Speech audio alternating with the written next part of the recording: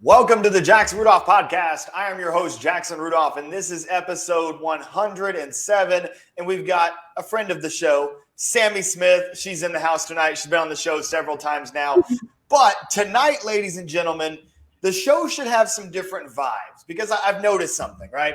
Looking at the podcast over the last 106 episodes, I realized that it evolved into more so like Facebook Live interviews instead of being like a true podcast where it's just discussion and relaxed and chill.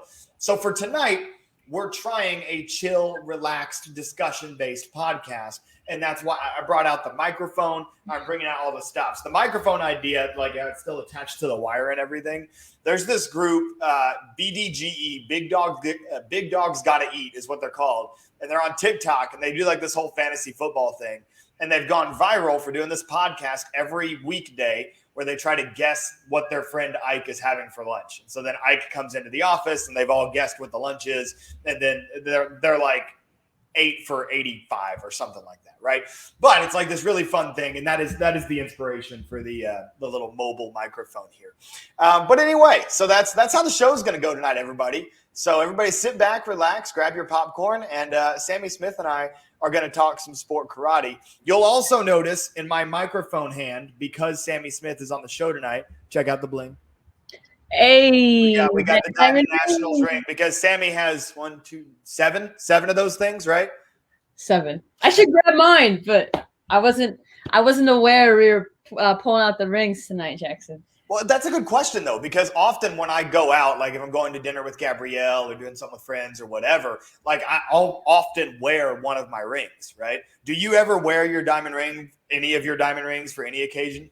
No, I don't. I like to keep them just like, I feel like by accident I might lose it or something like that. You know, I don't want to take any chances. So they're just in a drawer, like, you know, away. But maybe I'll have to pull them out. I got you. What would I do? Walk around with the 7 or just 1? Hey, well, after you hang it up, when you come to the Diamond Nationals and you do the thing where you walk on stage for all the past champions, when you dress up for that evening, you just got to wear all 7 of your rings. 7. Hopefully I'll have 8 or 9 by then. True. So last thing real quick before we dive into the game that I promised those of you that tuned in on my personal page, I gave a little spoiler that we're going to be playing a new game to start the show called Sport Karate Team Roulette. But first, as we do on the show, a quick highlight of the sport karate news this week. Lots of birthdays. Sammy, you celebrated your 25th birthday on Wednesday, right? Wednesday? Yes. I had my quarter-life crisis birthday on Wednesday.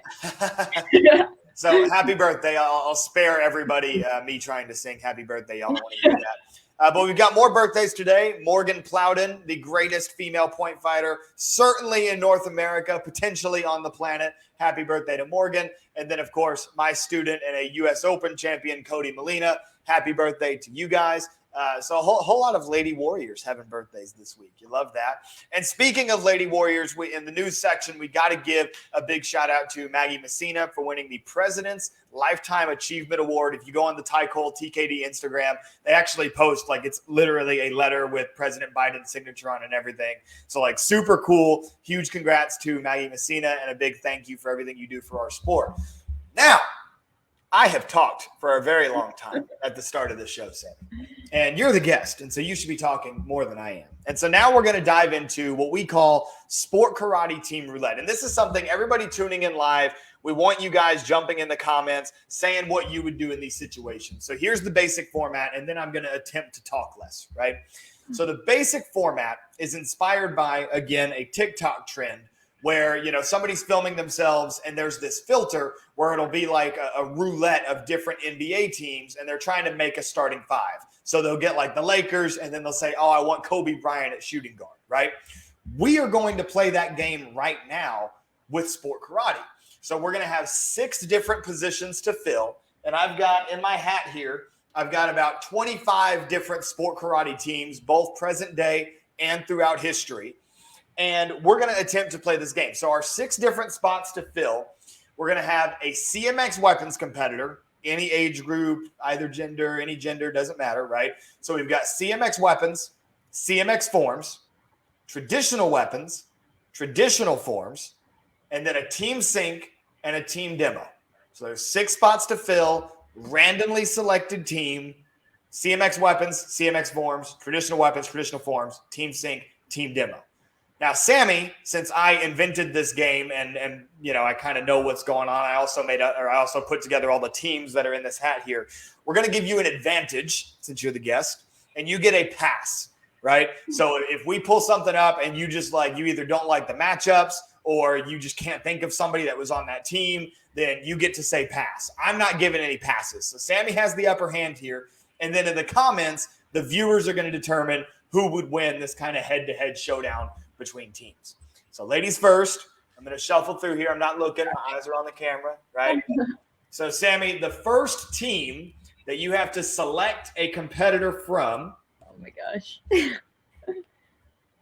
You might use your pass early. Oh no. We've got Kick Team. Oh. Back in the day. Kick Team. What are you doing with Kick Team? Are you taking their demo? Is there a solo? Or are you going to spend your pass this early? Oh man. I can only think of one person. On that team. You know what? I think I'm gonna take that pass right now. All right, so Sammy's taking the pass. Kick Way Team to goes throw back the to the game. hat. All right, let's see. All right, so Sammy has used up her advantage in the first round. Let's see if she gets. Oh my goodness, you picked a good pass, JPM. Wait, is this my turn still? This is your turn. Yeah, Okay. You used your pass. Oh. So now you get to pick your first anybody or any sync team. We've never done team demos, so that doesn't count. But anybody from JPM history, what you got? Can I say myself? Of course, if you want to say. Okay. I'm gonna say myself for CMX weapons. Okay, so CMX weapons on Team Sammy is Sammy Smith. Okay, so I'm going to shuffle these through again. Now I'm going to grab one. Let's see what I got. Now I'm scared. See, this is tough. You get JPM first round. Ooh, I got Team Dojo Elite. Ooh. So we're doing forms and weapons. This isn't fighters. Otherwise, I'd be taking Cam Dawson. Duh. Forms and weapons, traditional weapons, CMX weapons. Yeah, I'm gonna take Connor Chastain CMX weapons. Connor Chastain CMX weapons. That's what I got from Team Dojo Elite. Good choice. So CMX weapons so far. You've got Sammy Smith. I've got Connor Chastain, and I'm not looking. So this is Sammy's round 2. The second team that Sammy gets to pick somebody from. Competitive Edge. Ooh. I know where this is going. Yeah, I'm taking your demo.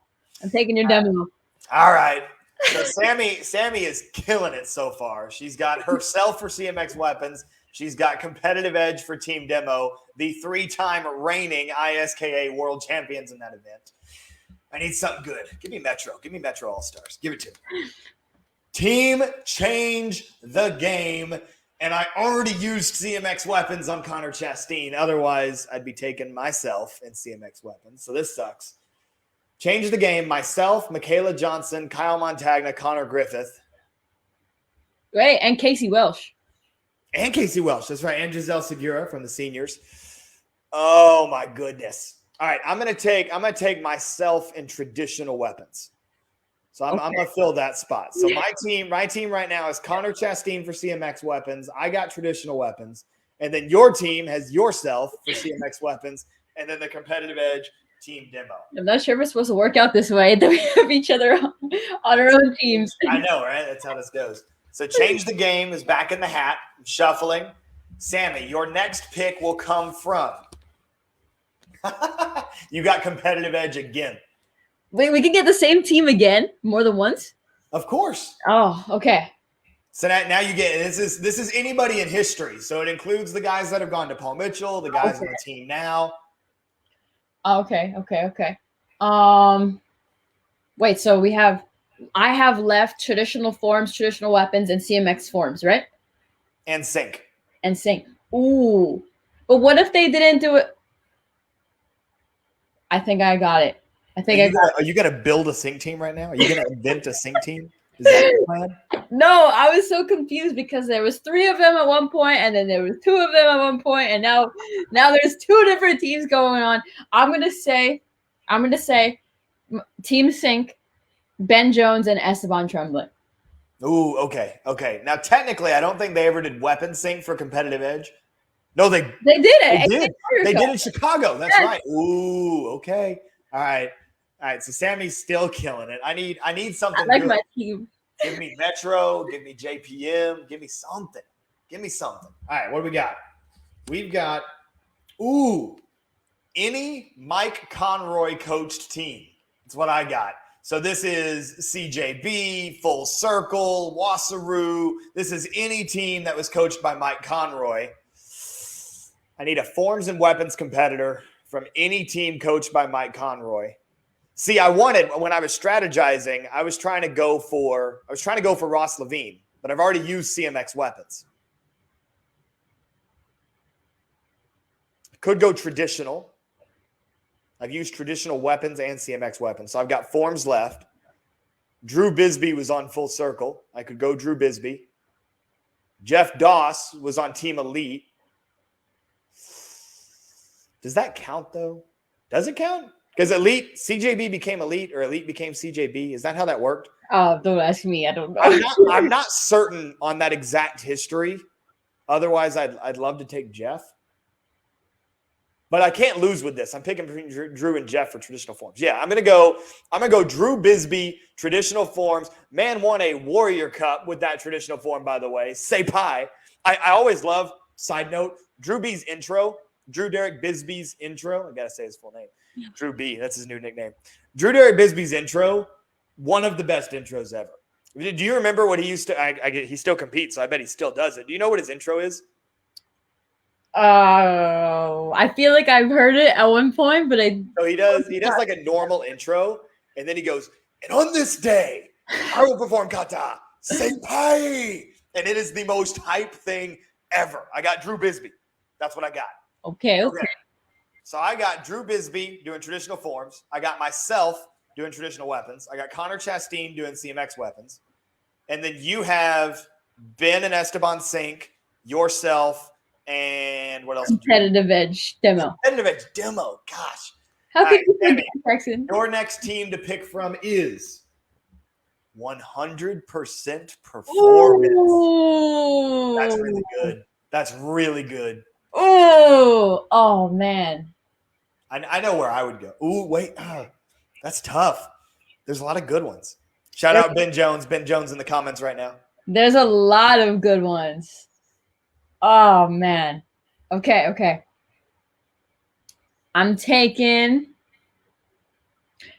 Danny for CMX forms. When he was on his percent. Your team is OP. I could not lose this. There were so many good people on that team. All right, that was a good choice. See, they'd be good for team demo too. They were a great demo team. Yeah. All right, my turn. What do I got? Ooh, National Karate. And I used traditional forms.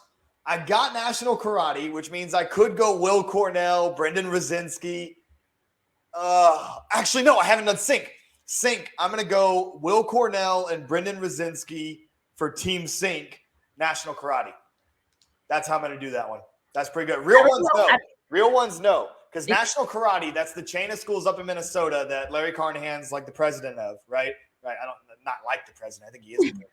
But anyway, and so that's where Alex Dingman came from there. Several great fighters came from there. Greg Betlock, Elias Lemon, right? Like that whole crew. But I'm fairly certain. I know Brendan Rosinski was out of National Karate. I assume Will Cornell was too. But anyway, I'm going with their sync. So that's my sync team, which means I still need CMX forms and demo. What do you still need? Traditional form and traditional weapons. You waited on both trads. Okay. I think it's a little easier to organize that way, or it kind of just worked out that way. All right, so Sammy, your next team.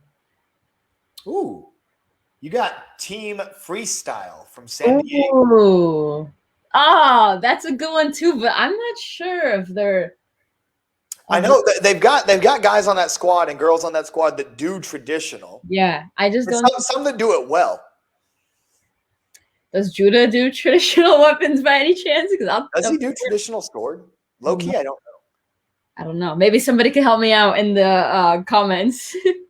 I don't know. I think that they've got a guy. His name's Aaron. I think his name is Aaron Cal Much or Mooch. Forgive me for mispronouncing your name, bro, if you're tuning in. But I think he does some good traditional stuff. I want to say maybe a Korean form. Okay. You can go with that. I know there's a girl on that team too. I don't know her name. I want to say it starts with like an A. I'm pretty sure she does traditional bow. They're all really good on that squad. I just don't know. They've got traditional bow in their team demo. You're right. Traditional. I don't know who does traditional and who doesn't. I'm trying to think of the girls on their team. They've got Lila. Maybe that's the girl I'm thinking of. She's like blonde, right? Yeah, I'm pretty sure Lila's the blonde one. Okay. Or maybe Kennedy's the blonde one. You know what? Will Jackson, help us out. Will Jackson, if you're tuning into the show, help us out. Somebody help me. Oh man, so who am I supposed to pick? I used my pass already. I would say it's a safe bet. You know what? I'll give you this. I'll give you a freestyle traditional bow competitor. Okay. So does anyone that is they got to match up with me anyway, so I'm sorry. But.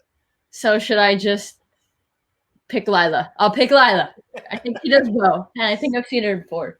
Okay, Sammy Smith is taking Lila. Okay, so freestyle. Somebody said Christian. I don't know how to pronounce that last name. Is awesome at trad bow. Is he on freestyle? Christian Quinlan. Yeah. I was trying to think of his name. Absolutely, yes. Christian Quinlan is good at trad bow. And he's on freestyle? Yeah, he's on freestyle. But I can't swap my girl. I already chose the girl, so we have to stay together. You don't fully even know if she does the division. Yeah, but if she's watching this, she's gonna be like, "Man, I was picked." So, all right. This is a good problem to have, right? So anybody from freestyle that's tuning in, this is a good thing because all of your players are so good that Sammy can't pick which one she wants. Yeah, right. I'm gonna go with the girl still. Girl power. All right, girl power. I still need. What do I need? I need team demo and I need CMX forms. And what I'm getting to do that with is. Let's go. Team Imig. I got Danny, I got Tyler, I got Kinsey, I got Aiden. Yeah, but you already took Danny. Yeah, so I can't take Danny. It would be low key, I could take Matt. Low key. Oh. Low key, I could take Matt. Can I take Matt Imig? Is that fair? Yeah, I'll let you. Is that playing by the rules?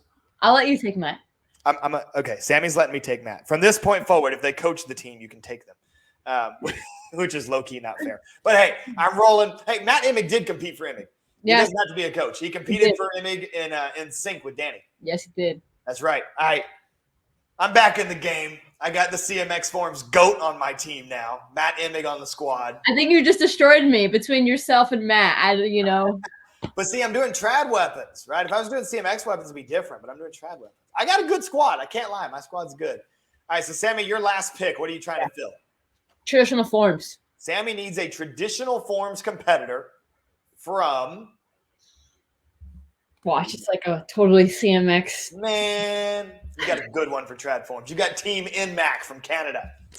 Oh, wait, but I don't know anybody on this team. Yes, you do. You competed against one of their best traditional. Oh, yeah. Oh, okay. You know what? I'm gonna have to go with Melissa. Exactly. Melissa Bayarjon. It always bugged me when announcers at night shows didn't say her name right. I would bet any amount of money that it's pronounced Bayarjon, which is the French pronunciation, right? But every announcer ever was like Balarjan or something. Melissa, I feel you, girl. I'm gonna give you respect for your name. Okay. So Sammy literally has no holes on her team. So that's great. My team is solid. I got me traditional weapons. I got Drew Derek Bisbee traditional forms. I got Connor Chastain CMX weapons. I got Will Cornell and Brendan Rosinski. And I got Matt Imig CMX forms. Come on, man. I need a team demo. Give me a team demo. Come on. What do we got? I got any Mike Conroy team again. All right. Did any of those teams do team demo? Did Team Elite ever do team demo? Is that a thing? Jeff Doss is going to have to check my history on this. Because I know Jeff Doss was on those teams coming up. I mean, it's what I got, so it's what I got to go with. So, so hopefully they can throw something together. But anyway, so I feel like even though I was very clutch with the Matt Imig pick, the Matt Imig pick was clutch. I do feel that Sammy's probably got an edge on me here. She's got herself. She's got Danny. She's got. Who else did you get? Take us through your roster again. The freestyle girl, Lila. Right. Okay. I got Ben Jones and Esteban. I got Melissa. And wait, was that it? Or You got Melissa, you got Ben and Esteban. Your demo, you got Competitive Edge. Mm-hmm. Yeah, I think that covers everybody, right? Wait, I feel like no. Yeah, Danny, yourself, Melissa, Lila, Danny, and Esteban, Competitive Edge. You got it. Yes. Yeah. Okay, so let us know down in the comments. Did you guys have fun with this? If you guys had fun with this, this is something that I want to do with like maybe even every guest that comes on the show. Maybe we make it a monthly thing. There are other games that I want to bring to the show. Maybe at a future episode, we do a little Sport Karate Jeopardy and have a few different guests, right? So let me know if you guys are liking these ideas, liking these games. And hey, if you guys love what Sammy and I just did, maybe we'll have a rematch at the end of the show because I really enjoyed this. This is just a lot of fun trying to figure this out and put these teams together. And then also when I get a fighter on the show, I wasn't going to do this to you, Sammy, but when I get a fighter on the show, we can do this with fighting as well and make like a 4-man team fight or something like that, 5-man team fight. Also do some women's team fighting. That'd be a lot of fun. People are jumping in the comments. Thank you, Ryan Shove. Thank you, Ben Jones, for the love. Appreciate it. Glad you guys enjoyed it. And now, wait, but you guys got to say who wins. We want to know who wins too. Oh yeah, that's right. So while we're moving on, everybody chime in the comments. Who do you think won that showdown between Sammy and I? But in the meantime, Sammy and I are going to jump. Well, of course, Ben's going to vote you because you're on his team. But anyway, you're on your own team, but he is also on your team, is what I was trying to say. Mm-hmm. Anyway, so this is biased. Yeah, Jerry Gross says Sammy. I know. Sammy beat me. I understand. I admit the fact that you beat me. But anyway, so Sammy again. And to remind everybody, yeah, of course, Ben's voting. Everybody's voting Sammy. Sammy, it's because he's the guest. That's what it is.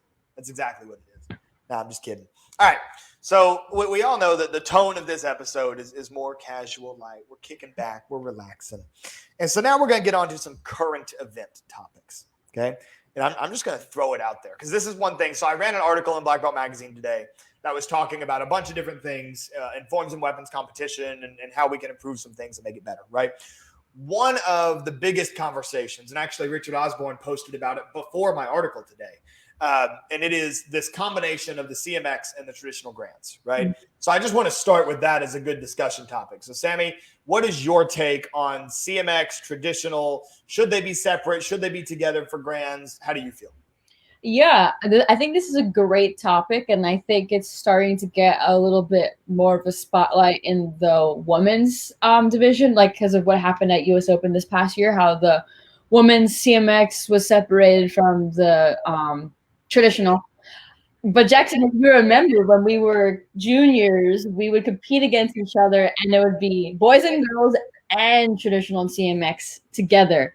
And I remember a couple times it was like, I think it was like you, me, Amanda, and Amanda would throw the traditional, and then you and I. A couple times. Yeah. Every grand was you, me. Yeah, that was the squad back in the day. But so I kind of got used to competing against the traditional, and I don't really know how I feel about it because like I used to do traditional bow, and there are some like advantages and disadvantages. Honestly, like, you know, it kind of depends on the judges. You might get a really traditional crowd and it might work into your favor, or vice versa. I do think it is a little hard to judge. Like, how do you judge the difficulty of somebody doing a double cork and then somebody doing a traditional form that has like a lot of stance work? I think they're both difficult, but they're difficult in their own ways. So I definitely see the dilemma here. I would love to see maybe more, like, let's say women get separated. I think that they should have more women up on stage then. So there's like, you can see like a lot of more variety rather than just like two people going head to head. I think maybe they should take like top 4 if they're going to separate it. Again, just to give a little bit more exposure to the women as well. I know that's kind of been the thing like lately, you know, how the women want a little bit more, and I definitely could agree with them. So I'm fine with separating it. And I think it's a good idea because it, like I said, it's really hard to judge like the two of them. They're just so different. But like I said, it would also be cool to see more of the traditional and more women as well, because the men are already separated. So I feel like if the men are separated, like, you know, here's where like that movement is coming in. Like, why not the women? So I definitely, you know, if you're gonna separate for one, I definitely think it should be separated for both. But like I said, I was already kind of used to doing that just because of like how it was back in the day when we started competing. But yeah, I think it should be separated. Right. And I think that we should go back to the girls and boys together in the junior divisions. In the adults, it's different, right? In the adults, it's, you know, every professional sport at the adult level is separated. And so I think it should be that way. But in the juniors, right, to your point, it was those grands, in my opinion, and we've talked about this before, like you and Kinsey and Amanda and even like a young Haley, right? Having to compete against the boys in the grands. For you and Kinsey and Amanda, it was myself and Reed and Tyler and the others, right? And then for Haley, it was always Jake, right? And Aiden and Danny at times, right? So I think that having because martial arts in general is a male-dominated field. And so statistically, you're going to have more men that are good at a given point in time than there are women, because there's more total men than there are total women, right? Mm-hmm. And so having that men's division there, or boys division, we're talking juniors, having the boys division there in the grands, where then the girls have to go up and then compete against the boys, in my opinion, it's pushing to create better women's competitors when y'all move into the adult division, right? Mm-hmm. And then at the same time, everybody's getting that spotlight on stage. And it's not like the boys are always going to win. You beat me a couple times when we were juniors, right? Like, it happens. Like, girls beat the guys when they're juniors. Like, it's not totally unfair. Like, you could make an argument that it might be in the adult division, right? Mm-hmm. But even then, I wouldn't dislike you and Haley's chances in CMX forms or weapons in the men's division. I mean, like, it would be good. You know what I'm saying? Like, there's no reason y'all couldn't win that, right? But again, professional sports, men and women don't go together. So that it shouldn't be that way. In the juniors, I like it. And then getting back to the CMX and traditional thing, I do think it's apples and oranges, right? Like, there should not be a division set up where we can look at the night show panel and then make reasonable guesses on traditional or CMX, which is going to win. And you can do that right now. Right now in an Asking tournament, you can look at a night show panel and say, that's a traditional panel, or that's a CMX panel. Right. And it shouldn't be that way. It shouldn't come down to which side of sport karate a certain judge leans towards. Right. It should be up to which athlete is better at what they do. Right. So again, I've got a few ideas on how you could mix it up differently so that you still have overall grands, but you do have the separation between trad and CMX. Mm-hmm. And my bottom line is, whatever you do in the men's division, you got to do it in the women's division. It makes absolutely no sense that it's different. I don't really care if you put them together or you split them apart, but it should definitely be the same on the men's side and on the women's side. There's no reason for there to be a difference there. But anyway, that's my 2 cents. And thank you for those of you chiming in down in the comments. I'm seeing some good ideas down there. We're not going to unpack every single idea that comes into the comments because we'd be in this podcast for like 6 hours, and ain't nobody got time for that. But we're going to move on to our next topic. Let's see. Let's talk about rules. Inside Scoop with it's Alex and Jeff's show, but it was Jeff and Angel Diaz on the show this week. And they did their whole show talking about like weird rules and like rules in sport karate, right? Mm-hmm. And I did it on my show back a while ago. I did like a whole thing about weird rules, and I complained about the fact that you get disqualified if you break your weapon. I don't know why I would complain about that, but yeah. So if you had to get rid of one rule in the NASCAR rule book, they just deleted it and we didn't have to follow that rule anymore, what would it be?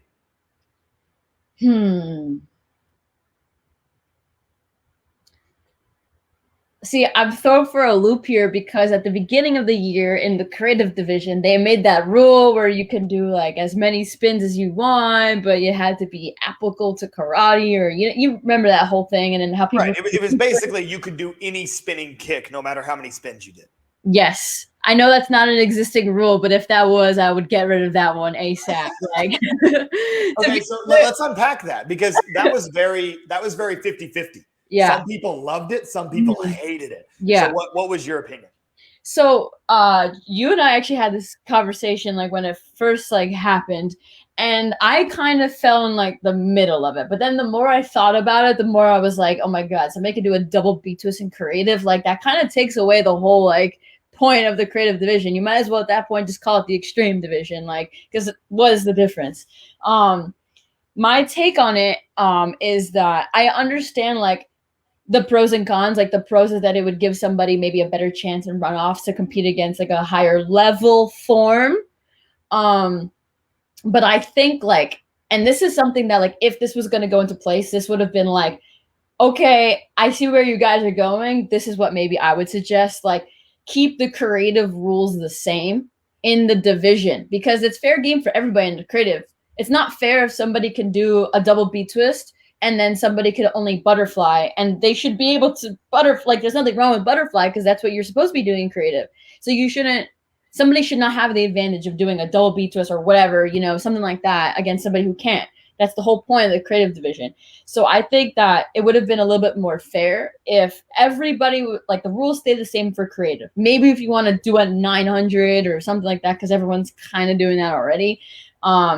Okay, you know, there are like a little silly rules with creative. Like, I don't see why you couldn't cheat 720 if it's really one spin. Like, that's a silly rule to me. Amen so like, to along those lines, I can see, but the double B twist and as many spins as you can, like throwing 1080s. But anyway, I'm kind of going off topic here. I would say, like, you know, my suggestion would be keep creative rules the same, minus what I just said.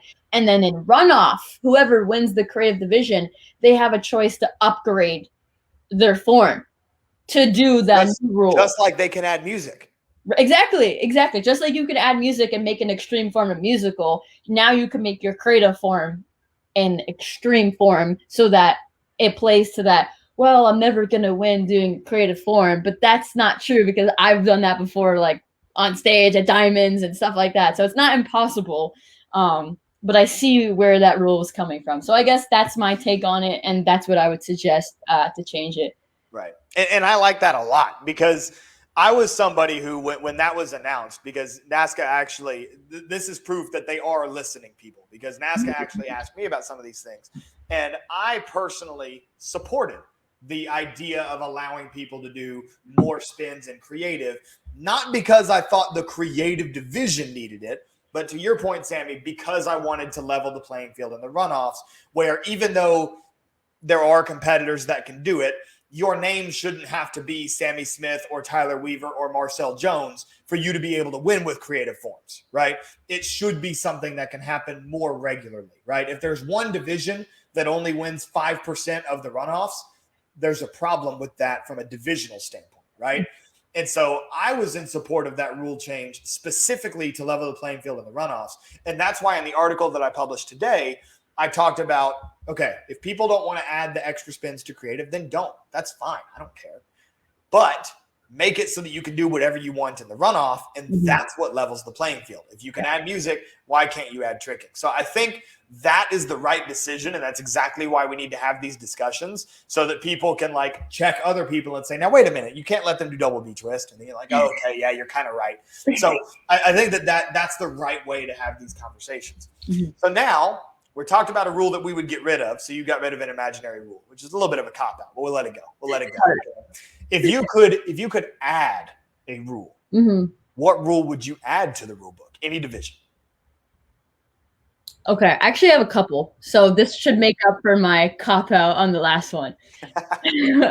My first rule is that I think they should I would add that the judges have to be separated, like how they are in Trad Challenge. And I've talked about this before on Jeff Doss's show, like commented on it, because it's too easy for a couple things: a judge to look over at the other one, or to discuss, or to make like some comments underneath their breath. You know, I think it's good to separate it. Also, because you can see things from different angles. Like right now, the judges are all seeing it, like, granted, yeah, like they are a little bit to the side of each other, but not much. So you're just seeing like everything straight on. You're not like when you have a judge in the middle and then even in the back or even in the front, even if they're in the angles, they're still seeing a different viewpoint. So I also think it puts a little bit more pressure on competitors to really be sticking everything, because we all know that, like, it's happened to me. I've kind of like stumbled a little bit towards the back and nobody saw it. And, you know, if that was the case, boom, now the back judges are, like I said, wherever they are, it doesn't matter. I just think they should be like separated. They would be able to see it. So I'm for that. I think it also would just make maybe the sport take it to a profession, like a more of a professional level as well for that aspect. Because no one would be able to talk to each other. And then the computer, the whole point deviation, how they have to discuss before, the computer is going to take care of that anyway. So you really don't need to be next to each other. That's the other thing. So that's the big thing. So I've heard judges, when I say, why don't we separate the judges? They're like, well, we have to make sure that people follow the deviation, right? Because there is an obligation for the center referee to educate the side judges. Because in the way that we run our sport right now, sometimes your side judges are not going to be experienced enough, and it's dependent upon that center referee to set people straight. However, there's a better way to fix that than the center referee kind of coaxing a judge along the whole time, because then that judge is just giving the center referee scores, right? Yeah. And so instead, if they're separated and there's a guy who, God bless him, he just doesn't know what he's doing, right? And he's constantly throwing up 5s for the people that should win and 9s for the people who should lose, then you recognize that. The deviation rule makes sure that it doesn't screw up the whole division.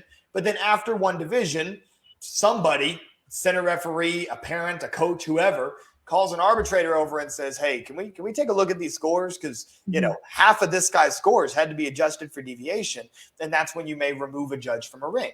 And when that happens, all of a sudden, we are increasing the quality of the average judge, because a below average judge can't hide behind, well, the center referee told me to move it up a little bit.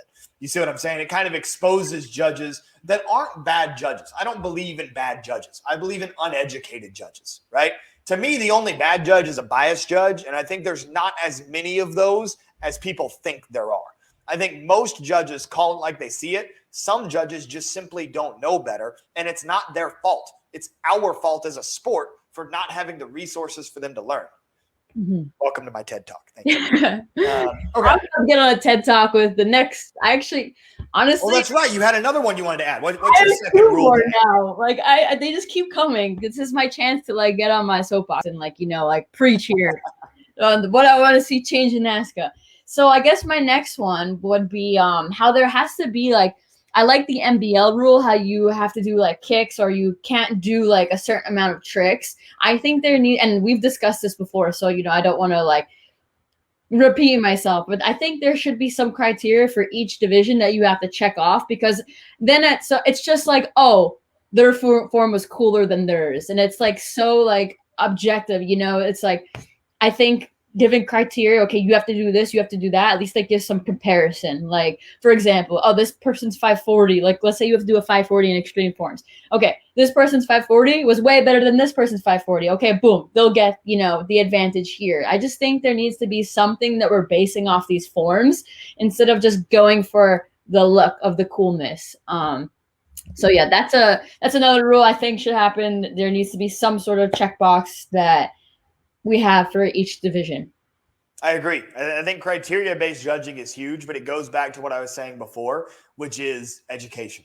Because if you're going to judge based off of criteria, you have to have judges who are certified, who are properly educated. I think ProMac has done great things in that department in trying to certify judges, but I think even that program has to take a whole nother step up if we're going to have judges be specialized to certain criteria.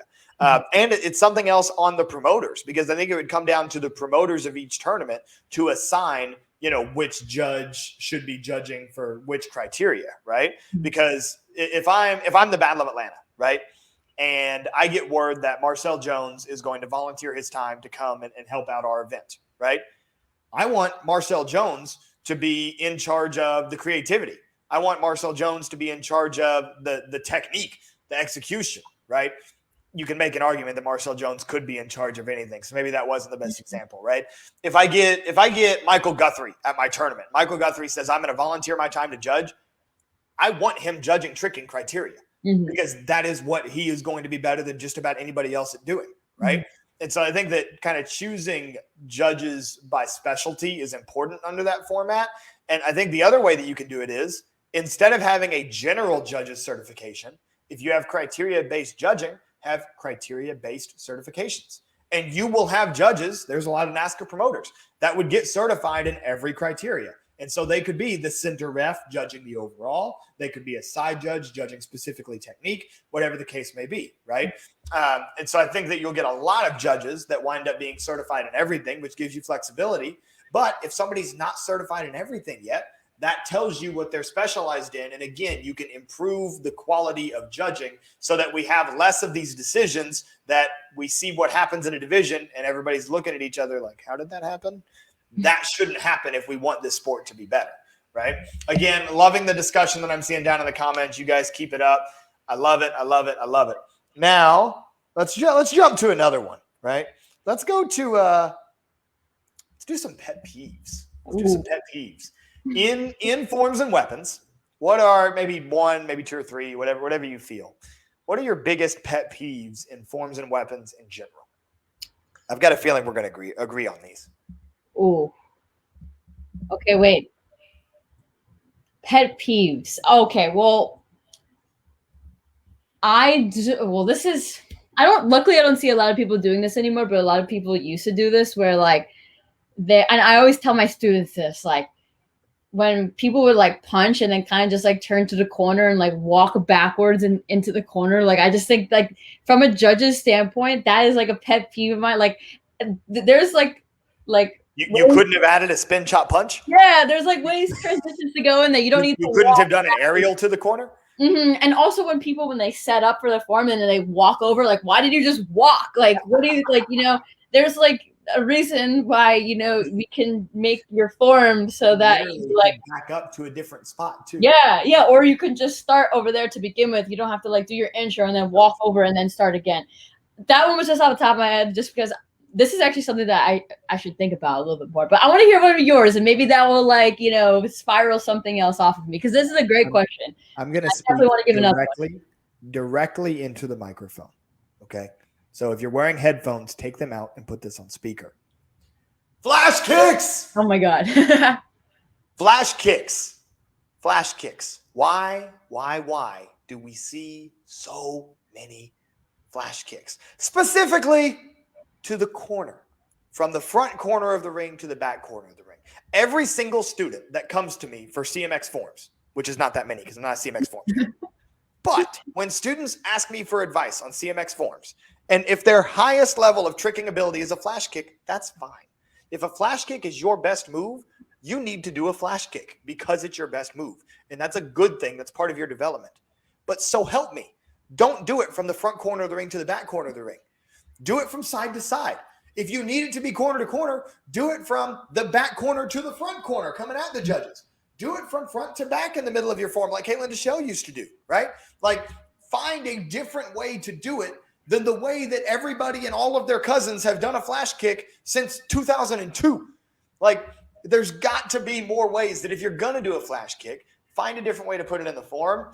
And if you are a world-class tricker and you are capable of much more than a flash kick, unless you are going to pull a Steve Tirada and do 16 flash kicks, do not do a flash kick because you're better than a flash kick, right? By the way, Steve Tirada, greatest flash kick of all time, in my opinion. But that's a conversation for another day. But yeah, that's my biggest pet peeve. We see way too many flash kicks, and we see way too many flash kicks done the same way. I want to see people, if you're going to do a flash kick, at least change it up. That's my biggest one, if you couldn't tell by how passionately I spoke about it. Yeah, I would okay. By you saying that, like something else like sparked in my mind, like, and this is not, I really try not to sound mean at all like here, but like the whole point of this sport is to like develop your own style and like become your own self.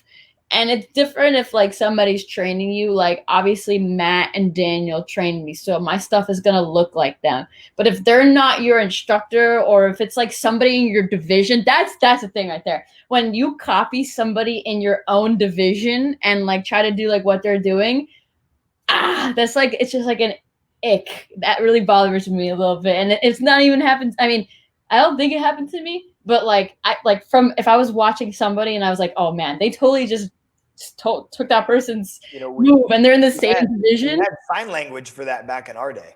Yeah. Yep. Yeah. Like don't be a biter, and definitely don't bite somebody in your own division. And it's pretty obvious sometimes. I've seen a couple instances it's like, oh man, like that was that person's move. Like I don't get it. Ben just commented, Ben Jones, ... I love it. I absolutely love it. I'm not calling anybody out or anything like that, but I've seen that happen before. And I just think, like, if we want the sport to grow, like, we had to do it. Like, when we were coming up, we made our own moves, and that's how, like, the sport came up. Like, it's different. You can take inspiration, but the move for move, nah. Mm-hmm. Nah. Agree 100%. All right, now let's go all time. So we talked about pet peeves. What is your all-time least? We're gonna do most for this one too. But what is your least favorite sport karate trend of all time? Like not something like flash kicks. Flash kicks isn't a trend. Flash kicks is a generational problem, a dilemma, right? But I'm talking like something that lasted for like a year, because these trends pop up all the time. And I'll make it easier. I'll give you my least favorite trend: tutting. I was gonna say I never understood tutting. I never understood tutting in the middle of hand combos. I was gonna say that same thing. Now you took mine. Now I don't know. I literally, like, when people would go and do that. Yeah, I don't understand that. I just never understood it. Yeah, it was different when, like, Jacob Ellis would do, like, some dance moves. That was pretty sick. But, like, in the middle of like that, I don't understand it either. You would never catch me doing that. So. Right. And the thing that set Jacob Ellis apart was he was choreographing his stuff, right? Like, Jacob Ellis is probably the greatest post-2010 choreographed musical forms competitor. Mm-hmm. The only argument you could make would be some of, like, the really well choreographed traditional forms that you see now to music. But when it comes to, like, actually doing an extreme form, Jacob Ellis had the best choreography of the last decade. Easy. Mm-hmm. I'm trying to think about another trend. That was the one that I was going to say, but I do have one that I liked, and only a few people did it, but I think, like, we should bring it back because, well, with today's rules, with, like, the copyright and stuff, it might be a little hard to do it, but I liked when people would start their music off stage and then walk up onto the stage, and it was kind of a trend. I would count that as a trend. Like, Matt did it, Tyler did it. I might have done it at one point, like maybe like one time. I'm not sure if you've done it, Jackson. Have you done it? I did it at Quebec, because Quebec they had that catwalk. Yeah, so I would do it before I'd come up on the catwalk. Yes, I think I did it there too. That is definitely the place to do it, and I think Matt did it there as well. I think that's a trend that I don't know if it's easy to do with, like, the music now, but I would love to for somebody to bring that back, because it just, like, every time that happens, it, like, literally gives me, like, chills. Like, I have chills talking about it right now. Yeah. And those are cool moments. Ben's right. Kalman did it in his retirement form. He started the music off stage and then walked up. Yes. Some of the best underrated choreography of all time was the choreography of Kalman's retirement form, because everybody talks about the blindfold and the fact that he retired, because those are the important things to talk about. But the choreography was spectacular in that form. Kalman was an underrated choreographer, and I don't mean making the forms. I mean choreographing the forms to the music. Kalman was really good at that, and people never talk about that. Anyway, okay, so what was one of my favorite trends? I had one. What was it? Oh, my favorite trend is super random.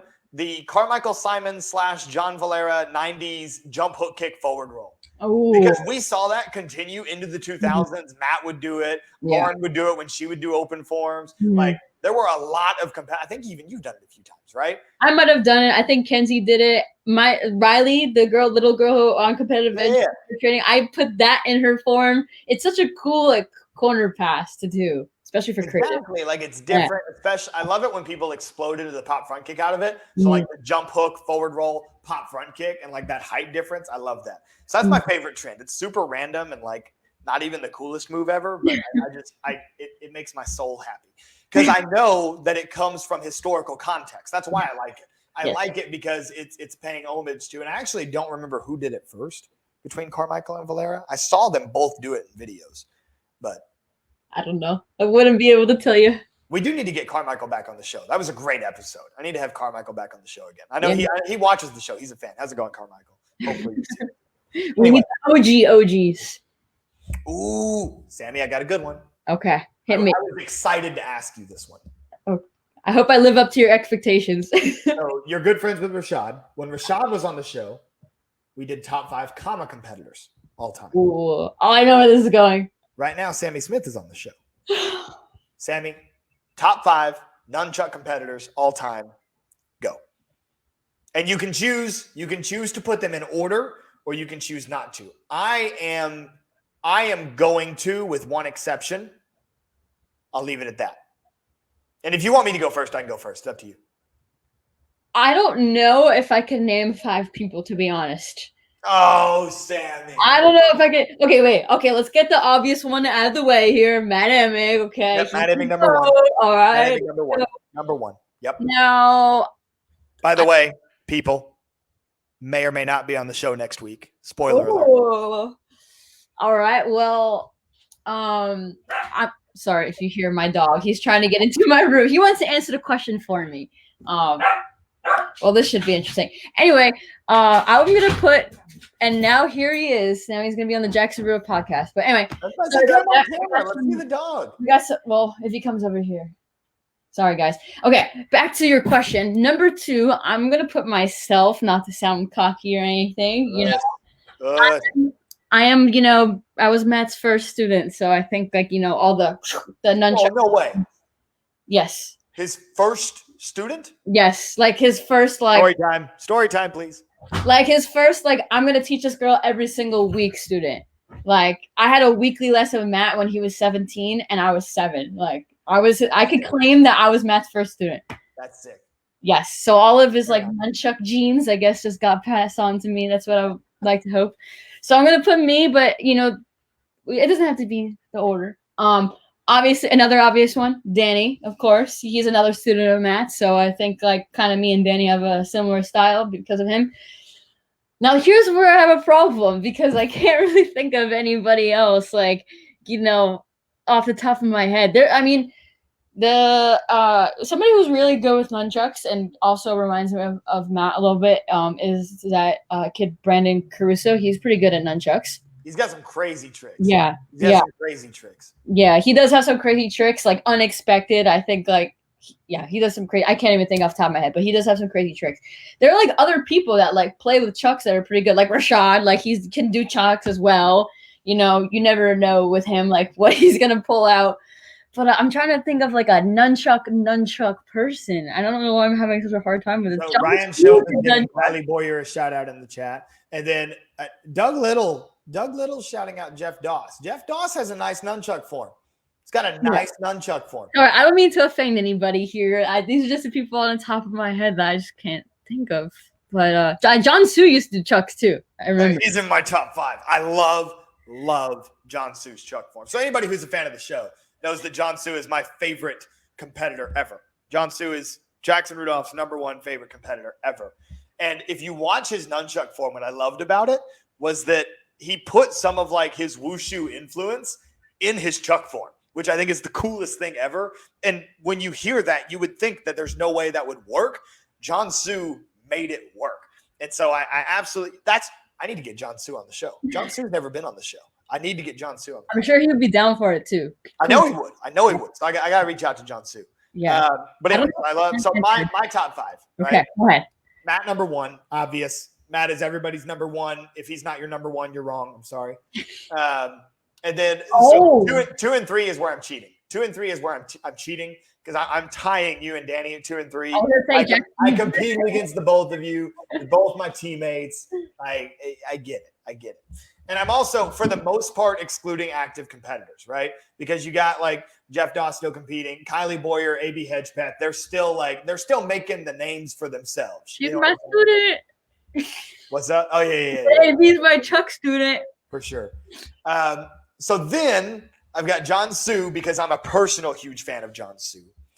But he actually might not be in my top 5. Because I've got 2 more. So Ben chimed in with somebody that I was also going to say, and that's Jim and DeWin. And the reason, and here's where Jim and DeWin's a tough one, because Jim and DeWin was most known for her kicking. Her kicking is what led her to all the titles that she won, right? And her kicking was phenomenal, and she had really good chucks to go with it. But it just wasn't the type of chucks that we think about when we think of chucks today, because most of what she did was pre-Matt Emmig, right? So what she did as chucks is just different than what we would typically think of as chucks. But she's got a pretty good record, which is she's won 4 straight ISKAs. She did it in 13 and under. But when there's only 3 other people ever that have done that, then that's kind of a big deal. You know what I'm saying? Mhm. So Jimin to win for her 4 straight ISKs. And then there's one more guy that I got to give some love for, Chucks. And he did not win nearly as many overalls as he should have. And I can say that because he was ahead of me. He was older than me. So we had very few runoffs together. Ross Constant. Ross Constant deserves more respect for what he could do with those chucks. He was a very good nunchuck competitor. Reactions to that? I agree. I'm trying to, when you were saying that, I was trying to like remember what he did. I do remember like him doing chucks. I just don't remember his form. I know he used to use rope chucks, and there was like one part of his form where he used to do like some different type of behind the back toss to like a double cork. Like that's what I'm remembering from him. Yeah. He had the signature under the arm. Yes, that one. It was different. No one's done that before. So I do remember that from him. Yeah, Ross was pretty good. He also was like another one that had a different style. I guess like where I'm thinking with like my chucks is like, I guess I was thinking like, I know like Matt style. So I was like going along like those lines. But there are definitely, like you mentioned with Gemma. I actually have a funny story with Gemma. It was like wait, you have a funny story with Jimin to win? Yes. Okay. Her chucks this is when I first started, so like I don't think like anybody knew who I was, but her chucks got confiscated at the Canadian border one year, and she needed a pair of chucks, and I think it was like she asked Matt, and Matt asked me. I don't really remember the details, but I gave her my chucks, and they were little tiny rope chucks, but they fit her because she was tiny, so it worked. And like I was really hoping to get those chucks back, and I never got those chucks back. So, Gemma Nguyen might have a pair of my chucks in her closet somewhere, but that's my story. I think Gemma follows me on Instagram, so low-key she might be watching right now. So, you can keep those chucks, Gemma. It's okay. Gemma, give Sammy her chucks back. Come on. Yeah. I love it. That's awesome. Okay, so moving on. And as you guys can see, this is the chill episode of the Jackson Rudolph Podcast. So I'm literally just like blatantly looking at my list of notes for this episode. Let's see. I'm just picking out the fun ones at this point. Okay, I've got a good one because most of these I could kind of predict what you were going to say. This one I really don't know. So sport karate today, right? Really in the last couple decades, the women's division has always had the great rivalry, right? The men's division is almost always a great triumvirate. There's always 3 dudes going at it. And there's pretty much always 2 women that are going after it, right? Right now, that would be you and Haley. We know you've been out with an injury, but you and Haley, that's the standard in that division right now, right? Before that, there was you versus Mackenzie, right? And those are really the 2 rivalries in recent years that people like tell the story of your career with, right? Mm-hmm. That most of it was Kenzie versus Sammy. And then now late Sammy's career, we've got Sammy versus Haley, right?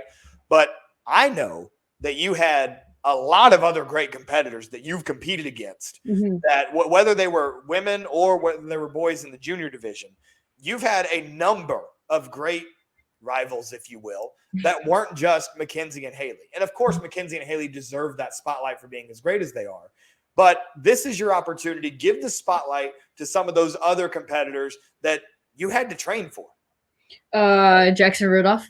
I had a feeling you'd say that because you're on my show, but don't talk about me. Talk about other people. Well, you really did push me though. Like if we go back, like I can't lie. Like it was you. So it was the boys. It was. I gotta tell a story real quick though. Do you remember the first time I came to your house and I looked at the whiteboard?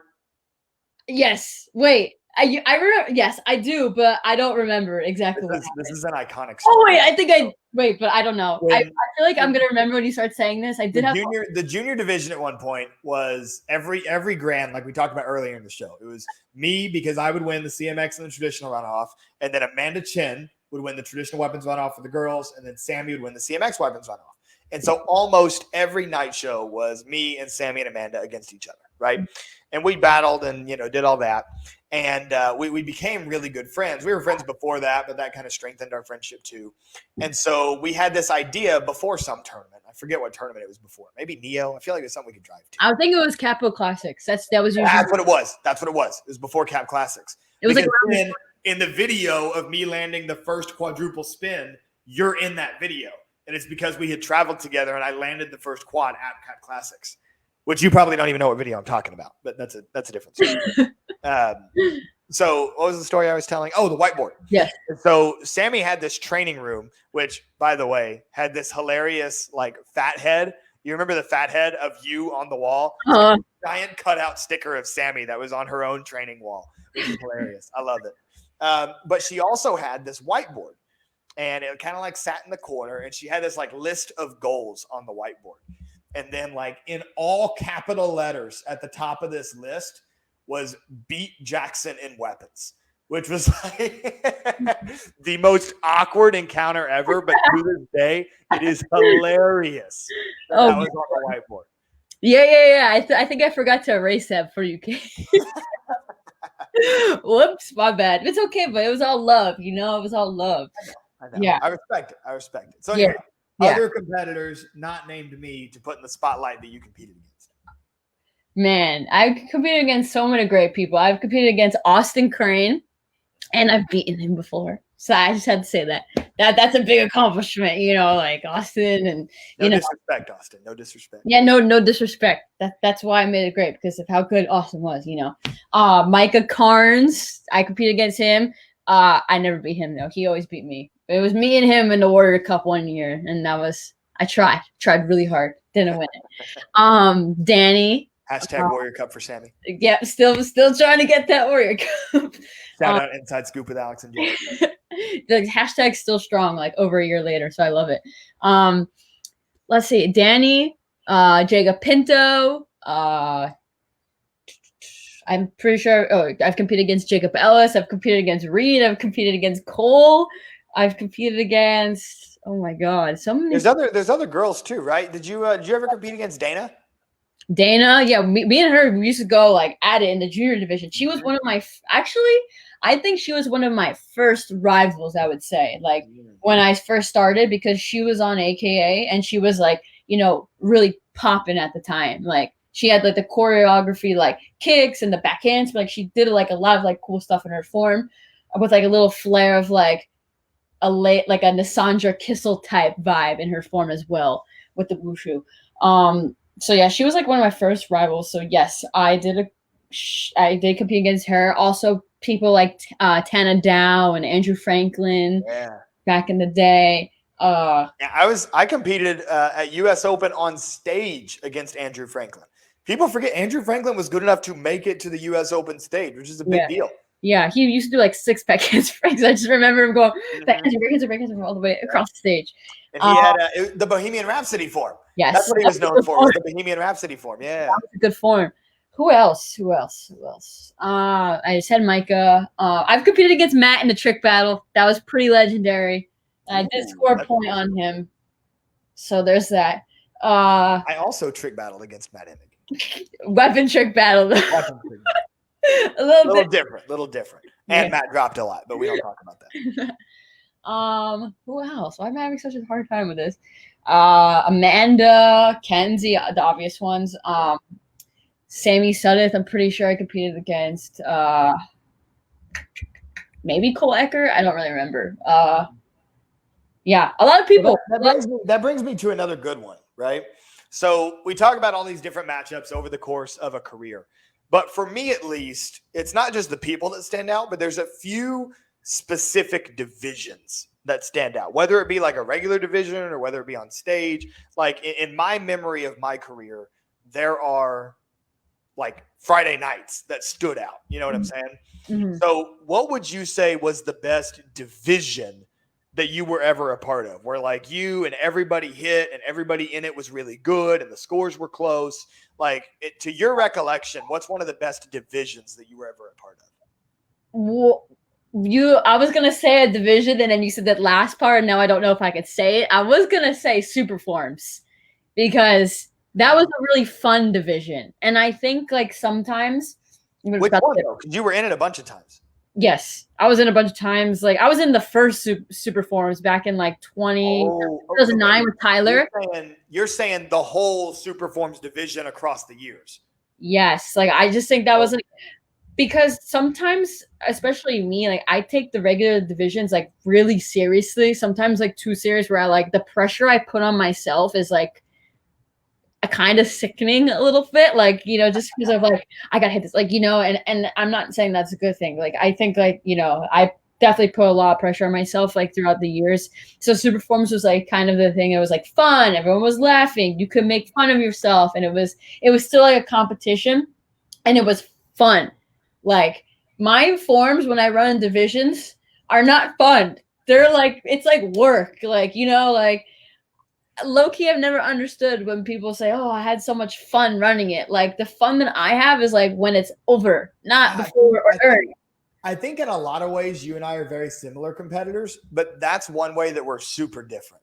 Because like when I would go out there, I would enjoy the challenge of being out there. You know what I'm saying? Like, I'm not going to say that I went out there and just had fun, like I was at a party, right? But I enjoyed the challenge. Like I enjoyed the moment.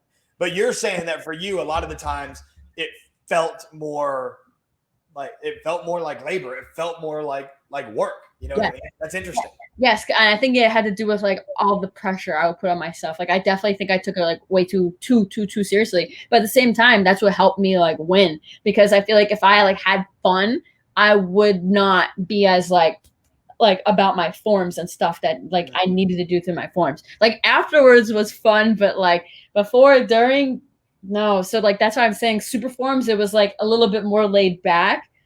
And like I actually had fun doing it, and just it felt like, I don't know, it felt like everyone was together, and it wasn't like I better win, you know, I'm gonna win, you know. It was like a different vibe. See, those are the best divisions. See, my story is one. My story is one that everybody was like super like, nah, I'm the best, you know, like trying to puff our chest out and prove it, right? So I want to shout out what Ryan Schoaf is saying in the comments, because he's saying, well, first I got to bring out a really funny comment, which is where he says, "It reminds me of Reed Presley sparring with Aubrey's gear at Dixieland," which when Reed Presley sparred at Dixieland, Aubrey Schoaf would have been like 8 years old. And so the fact that Reed fit into 8-year-old sparring gear is the funniest thing in the world. Which, by the way, we need to do another episode with this format, like the Chill Jackson Rudolph podcast. I need to have Reed on the show. Reed is the perfect guest for this type of show. Yeah. But anyway, so that's hilarious. But then he also says 14 to 17 boys weapons at US Open 2021 was one of the best division he has seen. Yeah, that division was crazy. That was the division where Dawson and Mason Bumba were separated by literally 100th of a point. There was some type of weird scorekeeping error. Mason wound up winning, but they announced Dawson the winner on stage. Dawson handled it like a champ, though, and like announced on social media that Mason was the true winner and everything. But not only was it those two, Ben Jones hit a form in that division. That was the year Esteban couldn't make it because he was stuck in Canada for COVID. But there was somebody else in that division. Philip Brumé was in that division. And there was one more. Was there one more? Anyway, it was a wild, wild division, right? So that was a really good one. Best division I ever watched, not that I was a part of, but that I watched, would have been, people sleep on Kalman's retirement division because the division was really good, because that was probably one of the best Chucks forms Matt has ever ran. The Chucks form that Matt ran at 2011 Diamonds was crazy. And then I think Rudy Raynon was in that grand too. Corey Lutkus was in that grand, I'm pretty sure. That was a good grand. Mm-hmm. But mine's really like random because it's from Quebec. Like a lot of people, I think when you think of best divisions ever, you think US Open, Diamonds, Warrior Cup, that stuff, right? Battle of Atlanta. But mine was Quebec, because for me, this was the last time that Quebec really felt like the night show that Quebec became famous for, right? Where they would literally pack the house and there was all the college students in there. And it was like, it was a big deal, right? And David and Claire and Sam have done an excellent job even upping the professionalism of that night show. But I'm talking purely from like a spectator attendance standpoint. This was the last year that was so crazy. And it was one of the few times that all of my triumvirate, if you will, it was at least me, Reed, and Cole. Tyler might have been on stage with us. I don't remember if Tyler was on stage with us or not. But all of us hit. All of us hit our forms, and the crowd was just rocking. And, of course, I like the story because I wound up winning. But it was just great division. And really the unfortunate thing about that matchup between myself, Reed, and Cole was that, and Tyler for that matter, is that all of us didn't hit that often. There was always somebody that messed up and something happened, right? So it was really special anytime that we all hit in a division. And the first time that we all hit as adults was in Quebec, and it was when Quebec had that atmosphere. And so I always point to that as one of my favorite divisions that I was ever a part of. But I'm sorry. I let don't the dog make a cameo. I'm trying not to get him to bark, and like he's gonna keep dropping this ball. So if you see me going like this, I'm doing two things at once. And highlight of the show. Sorry about that. Highlight of the show. Murphy crashed the party. Yeah. All right, I got one. Now we're gonna talk strategy, because this is where I think you and I are similar, right? Is that we strategized what we were going to do with our forms, right? We had plan ABC, right? So for you, have you ever thrown something in a form not because you needed it to win, but because you wanted to prove a point?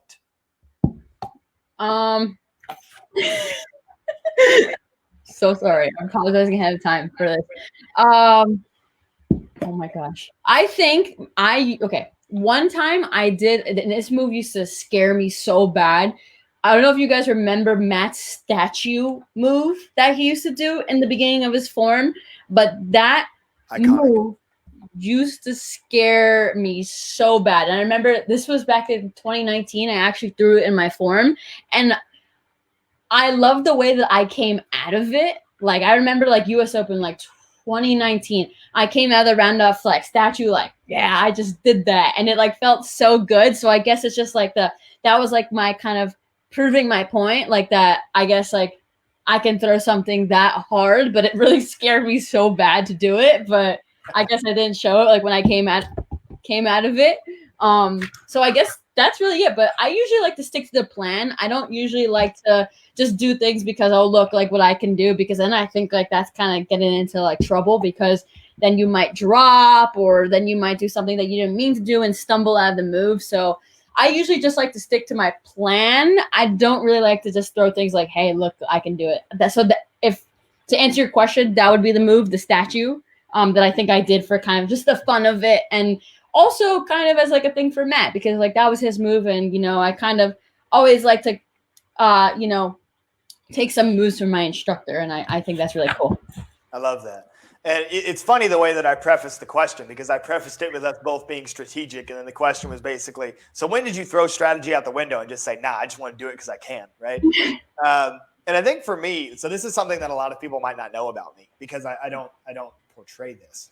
But you can kind of see it if you pay attention to me when I was on stage. I compete angry, right? Like, I was always better when I found something to be mad about when I would step in the ring. You know what I'm saying? Were you ever like that? Yes. Yeah. Oh my God.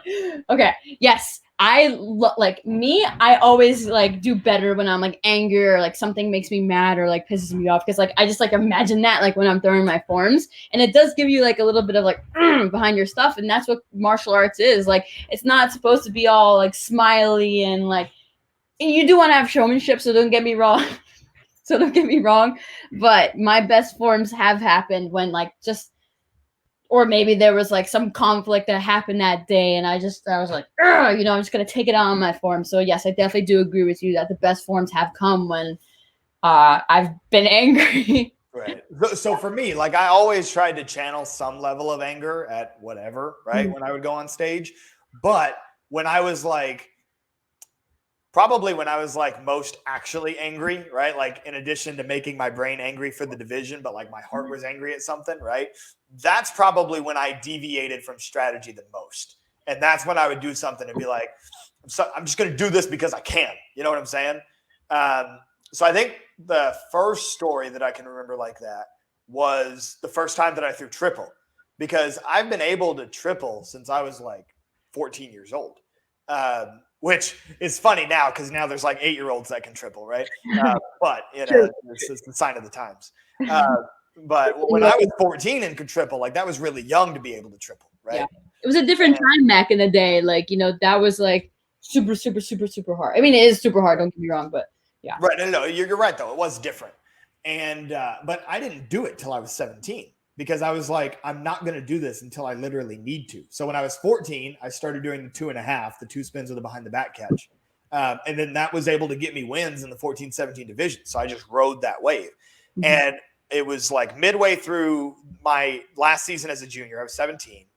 And I had still not thrown triple in competition. But because I always only did not always. When I was a kid, I did extreme weapons. But ever since I was like 14, I would only do creative and musical. So I only had 2 chances to make the runoff where everybody else had 3, right? Mm-hmm. And so there was one tournament, and I forget which tournament it was, but there was one tournament where I lost the first division. And I didn't drop, I didn't stumble. Like I just flat out, I lost the first division, right? And that was all that I needed. Like Jackson's head at that point was like, this ain't happening again. No. And so literally without even, because my dad and I used to like conference about everything that I would do, right? And we'd have a plan together. I didn't even talk to my dad about it. I was like, nah, screw this. I'm doing it. And then so second division, I came out, I hit the triple, I won the division. But like that was not the right thing to do. Like I'd been winning that season. Like the right thing to do was to hit my form clean and try to win that second division. But again, it was purely just like the emotion of the moment, me wanting to like prove something. Like, nah, I'm going to triple right now and you can't stop me. So that gives you a different feeling and a different reward when you hit it, for sure. Like when you don't plan on doing something and you're like, you know what? I feel like doing this. And then you just do it. It's like something about it just hits a little bit different on the inside. It just gives you a different feeling. So sometimes it's necessary. So I agree with what you did. I think it was good. Cool. Well, hey, Sammy, this show has been one of my absolute favorites ever. I think that the handheld microphone, this is going to be a mainstay. I love the vibes that I get from this.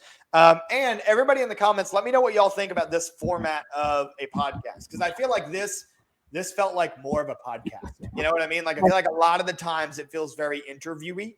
And I think that this felt very podcasty, if that makes any sense. I need a microphone. What's that? I need to have a microphone next time. I know, right? What I got to do is I got to start sending a microphone everywhere. Anyway, and I also feel like better stories come out this way because it's not so structured. We're just like, hey, you remember this time? Yeah. But anyway, so thank you guys for the feedback. Really appreciate it. If you guys like the game, if you guys like the Sport Karate Team Roulette, we will make it a staple on the show. We will do that more often. I know that we're supposed to have some other staples of the show, like history highlight. We did some history today. We talked about plenty of history, so we'll let that slide. We also haven't done hashtag JRP challenge in a little while, so I'm doing this on the fly. So hashtag JRP challenge this week. I want you, if you want to be featured on the show, I will put your video on the show. Make a social media post, and you have to imitate a Sammy Smith combo. Go find a Sammy Smith combo on YouTube, on her Instagram, whatever, and post a Sammy Smith combo with hashtag JRP challenge. Make sure you tag me in it so I see it. If you do that, I will feature you at the top of the show next week, which I've been talking about Emick. Hopefully we'll have Matt on next week. Kind of comes down to, busy, important stuntman schedule. But goal is to have Matt Emick on the show next week. Thank you guys so much for tuning in. We could not do this without your love and support. If you haven't seen it yet, please go check out the article that I posted today. I think it's titled 3 Ideas to Help Forms and Weapons Competition. I should probably know the title of my own article, shouldn't I? But definitely go take a look at that because I think that that's a lot of ideas that could help push this sport in the right direction. And I want that discussion. I want to hear what other ideas people have. Sammy, happy belated birthday once again. Thank you so much for coming on the show. Any last words as we wrap it up here? I apologize for my dog for that moment in time. I still feel really bad about that, but good old Murphy. All dog owners will understand. But in all seriousness, I always love being on your podcast, your show. I think this is like my 5th time, and we've been really good friends for a very long time, and I think it's really cool to have this discussion going back and forth because, like, as you mentioned, we do think alike on certain things, and we kind of come from, I hate to say it, we're kind of old now. We come from, like, almost a different generation. Oh, yeah, so it's cool to, like, now we're, like, the adults, and now we can, pass down our knowledge from back in the day to the youngins. It's funny because when I was commentating US Open, I made a comment about Joey Castro's experience, right? Like, because he's an older competitor, right? And so he gave me crap for it after the show, right? Like we talked about, he's like, man, you calling me old on TV. But anyway, it's funny. So I realized that when I write black belt stories for whatever reason, right?